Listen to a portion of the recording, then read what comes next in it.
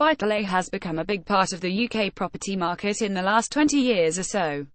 Is this the beginning of the end for the Buytolet property market?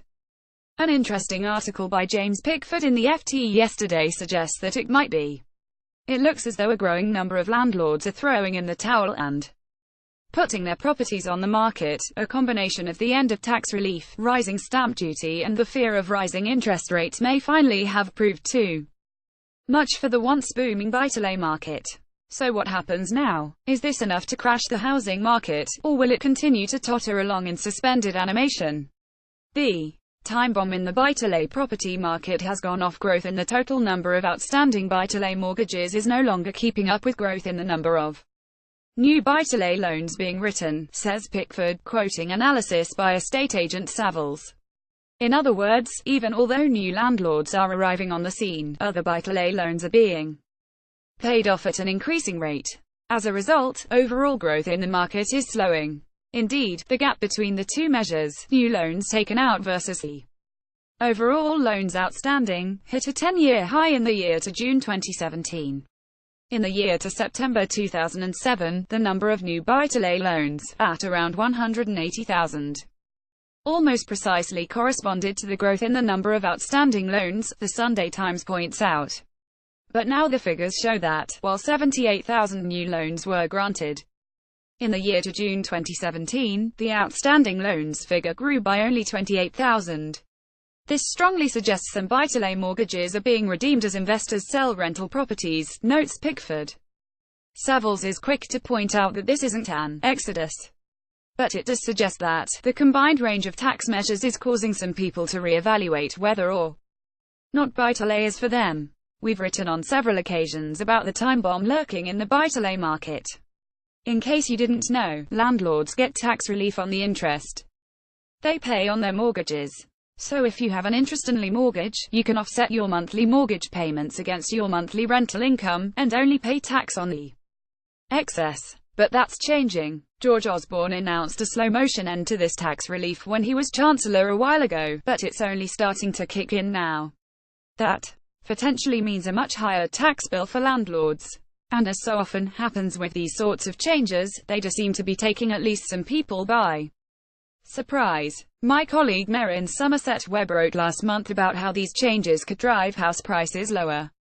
This report is some of the first concrete evidence we've seen that this is really happening. It's hard to see why landlords would want to expand right now. Of course, this is not a surprise. Indeed, it's hard to see how it could fail to happen. Put simply, the reduction in tax relief means that anyone buying an investment property with a mortgage now needs the property to generate a higher yield than before in order to turn a profit after tax. For yields to rise, rents either have to go up or prices have to go down, or a bit of both. Landlords' pressure groups always argue that anything which increases the costs for landlords will drive rents up. However, this just can't be true. I am not casting aspersions on landlords here, but they are just like any other service provider in a relatively free market. They will charge what the market can bear. So logically speaking, the rents that they charge should on average, clearly, there are outliers, already be as high as they can go, given levels of competition and tenant demand. Therefore, if rents are already at the highest level possible or thereabouts, then the only thing that can drive yields up is for prices to go down. Now, this might not matter as much if property was currently cheap. If yields were at double-digit levels, people would still be happy to buy into the market at current prices, even if the yield had dipped a bit. But, of course, that's not how these things work. A decade of low interest rates and quantitative easing has driven investors into a frenzied quest for yield. As a result, people have been diving into property and everything else without really worrying too much about the size of the rental income. Yields, particularly in the southeast and London, had already hit rock bottom levels. Bear in mind that published yields don't generally take into account all of the disasters that can hit landlords. I've met quite a few people who've rented out properties in the past, and I have to say, it's not a business that appeals to me. The number of nightmare tenants is surprisingly high. And I speak as someone whose sympathies tend towards the tenant in most cases. Then there are voids, periods where the property is vacant, which can destroy your profits in just a few weeks, depending on how much give is in your yield figure. And then there are your day-to-day repairs, boilers breaking down, plumbers needing to be called, all the rest. So it's not necessarily easy money by any stretch of the imagination.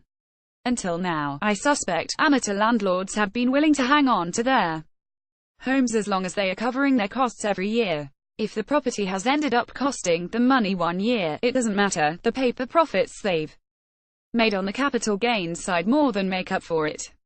So their mental accounting is still biased in favor of ownership.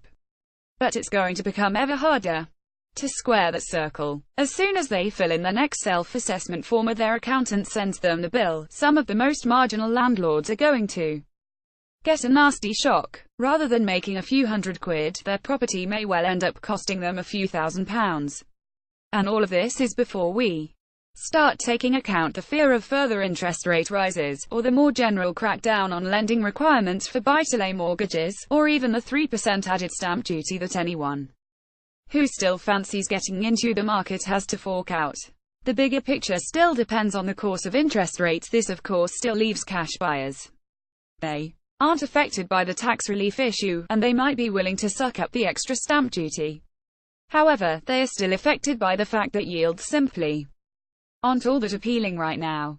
And they are also affected by the fact that, weighing up the likely direction of interest rates, not to mention the political uncertainty in the UK right now, the environment simply looks pretty ugly for overpriced residential property today.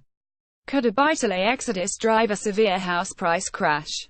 I still struggle with that idea. I think for a proper property bear market, you would need to see significantly higher interest rates. But that said, buy-to-let has become a much bigger part of the UK market in the last 20 years or so. And we could also see pockets of forced selling where the landlord effectively has to sell fast in order to get a money-losing asset off their hands before it costs them any more. So a crash? Probably not. But a bumpy ride and the odd localized bargain? Most definitely.